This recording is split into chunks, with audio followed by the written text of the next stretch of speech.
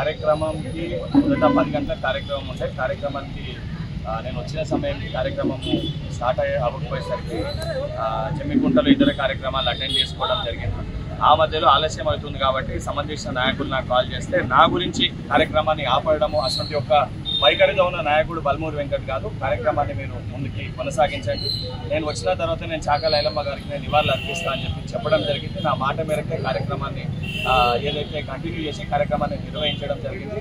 కాంగ్రెస్ పార్టీలో ఎటువంటి గ్రూపులు లేవు, కానీ ఎవరికన్నా కూడా టికెట్ అడిగే ఒక హక్కు ప్రతి ఒక్కరికి ఉంటుంది. ప్రజల సమస్యలు తీర్చడానికి ఇక్కడ నాయకులను అందరూ కూడా మేము కక్కనబద్దులై పనిచేస్తున్నాం. అందుకు నిదర్శన ఏదైతే మన 2 పట్టణాలకు కూడా ఏదైతే 30 కోట్ల నిధులు కేటాయించి ఇక్కడ పట్టణ అభివృద్ధి కోసము కృషి చేస్తున్నాం. మా మొదటి ధ్యేయం, మా మొదటి ప్రాధాన్యత నియోజకవర్గ అభివృద్ధి, నియోజకవర్గ ప్రజల సమస్యలు తీర్చడం.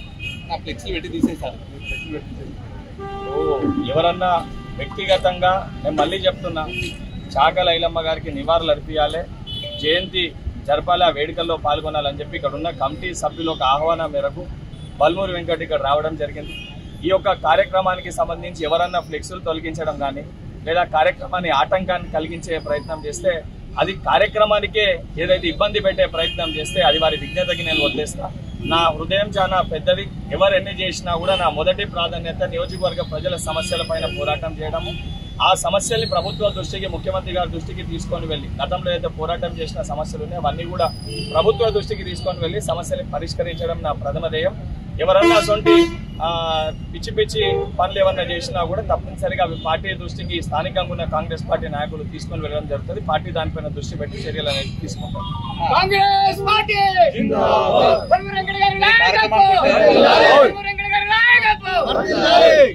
ఈ కార్యక్రమానికి హాజరైతే వాళ్ళ పదవులు పోతాయని కామెంట్ చేస్తున్నారు పాపం కార్యకర్తలు.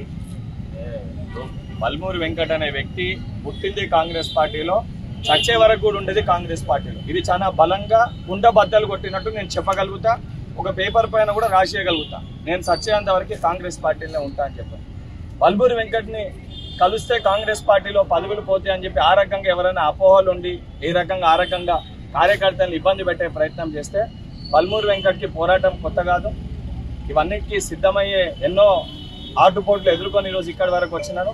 తప్పనిసరిగా కష్టకాలంలో పార్టీ జెండా మోసిన ప్రతి కార్యకర్తని, వాళ్ళు నా దగ్గర వచ్చినా రాకపోయినా, నాతో ఉన్నా లేకపోయినా, ప్రతి కార్యకర్తని కాపాడుకునే బాధ్యత పిసిసి ఉపాధ్యక్షునిగా, శాసన మండలి సభ్యునిగా అటు పార్టీలో ప్రభుత్వంలో క్రియాశీలక పాత్ర పోషిస్తున్నా. తప్పనిసరిగా వారిని కాపాడుకుంటానని చెప్పి మీడియా ద్వారా తెలియజేస్తున్నాను.